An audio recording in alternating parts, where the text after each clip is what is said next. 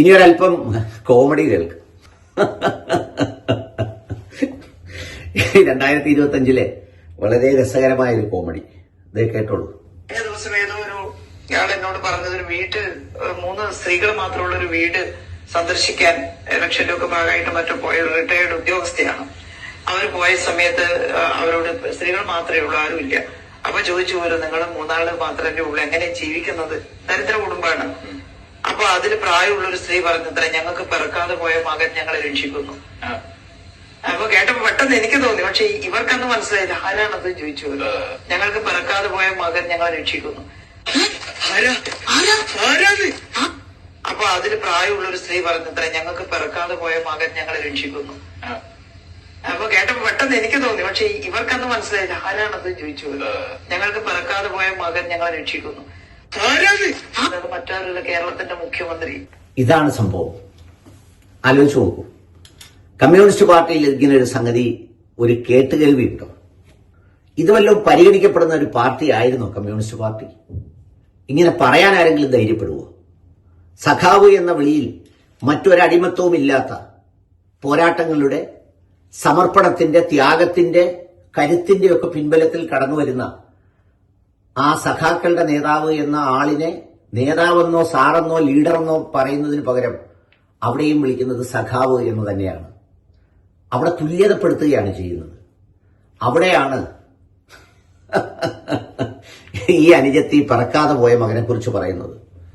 ഞാൻ പെറ്റ മകനെ എന്ന് പറയുന്ന വളരെ വേദനിപ്പിച്ച ഒരു ഡയലോഗ് ഉണ്ടായിരുന്നു, നമ്മളെ വേദനിപ്പിച്ച അഭിമന്യുവിന്റെ മരണവുമായി ബന്ധപ്പെട്ട്. ഇപ്പൊ അതിനുശേഷം പിറക്കാതെ പോയ മകൻ കേരളത്തെ ചിരിപ്പിക്കുകയാണ്. ഒന്ന് ആലോചിച്ച് നോക്കൂ. എന്നിട്ടോ അതിൽ പറയുന്ന കേട്ടില്ലേ, ആ പിറക്കാതെ പോയ മകൻ എന്ന് പറഞ്ഞപ്പോ ആ പോയവർക്ക് മനസ്സിലായില്ല. പക്ഷെ അപ്പോഴേ ടീച്ചറമ്മയ്ക്ക് മനസ്സിലായി. എന്താ കാര്യം? എന്തായിരിക്കും കാര്യം? അത് ഞാൻ നിങ്ങളുടെ ചിന്തയ്ക്ക് വിടുക. അടുത്ത ഇലക്ഷനൊക്കെ അടുത്ത് വരുമല്ലേ. എന്റെ മനസ്സിലുണ്ടായിരുന്നു ആ പറക്കാതെ പോയ മകൻ ആരാണെന്ന്. പക്ഷെ ഈ പറക്കാതെ പോയ മകനൊരു ഗുണമുണ്ട്. ഈ മകനൊക്കെ ഈ അമ്മയൊക്കെ നേരത്തെ ഈ അനിയത്തെയൊക്കെ തിരിച്ചറിഞ്ഞ ഒരാളാണ്. അതുകൊണ്ടാണ് PR പണി അധികം വേണ്ട എന്ന് പറഞ്ഞ് ചിലയിടത്ത് വെച്ചങ്ങ് കട്ട് ചെയ്തത്, ചിലയിടത്തൊന്നും സംസാരിക്കാൻ അനുവദിക്കാതിരുന്നത്. അതുകൊണ്ടാണ് ആ പിറക്കാതെ പോയ മകൻ ഈ പറയുന്ന അനിയത്തിയെ അടുത്തിരുത്തിക്കൊണ്ട് കേരളത്തോട് സംസാരിച്ചത്. അതിലൊക്കെ എന്ത് കാമ്പുണ്ട്, കഴമ്പുണ്ടെന്ന് ഈ പിറക്കാതെ പോയ മകന് മുൻകൂട്ടി മനസ്സിലാക്കി എന്നുള്ളതാണ്. അതുകൊണ്ടാണ് ചിലരെയൊക്കെ ഇറക്കി വിട്ടതും TP സെൻകുമാറിനെ തിരിച്ചറിഞ്ഞതും ഒക്കെ ഈ പിറക്കാതെ പോയ മകന്റെ ഒരു ഗുണമാണ്. പക്ഷേ ആ പിറക്കാതെ പോയ മകനെ ഇങ്ങനെ പറഞ്ഞ് സ്തുതിപാടി മത്സരിച്ച് ഒന്ന് ആലോചിച്ച് നോക്കൂ. എത്ര കൊട്ടി ഘോഷിച്ച, എത്ര ആഘോഷിച്ച ഒരു ടീച്ചറമ്മയാണ്. കാഫർ സ്ക്രീൻഷോട്ടിൽ നമ്മൾ കേട്ടു. പിന്നെ മോശമായ അശ്ലീല ചിത്രം പടച്ചുവിടുന്നു എന്ന് പറയുന്ന പ്രഖ്യാപനം നമ്മൾ കേട്ടു. അതിന്റെ തുടർച്ചയാണ് 2-3 പേർക്ക് പെൻഷൻ കൊടുക്കുന്ന പിറക്കാതെ പോയ മകൻ.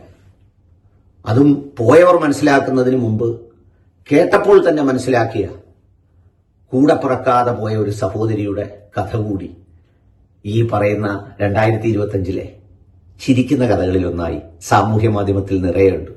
പക്ഷെ അപ്പോഴും ഞാൻ കഴിഞ്ഞ ദിവസം വീഡിയോയിൽ പറഞ്ഞതുപോലെ സോഷ്യൽ മീഡിയ താലോലികൾ വന്ന് ടീച്ചർമ്മയെ താലോലിക്കും. പറഞ്ഞത് നന്നായി എന്ന് പറയും, ഉജ്ജ്വലം എന്ന് അഭിപ്രായപ്പെടും. കഷ്ടമെന്നേ പറയണ്ടു, മഹാകഷ്ടം.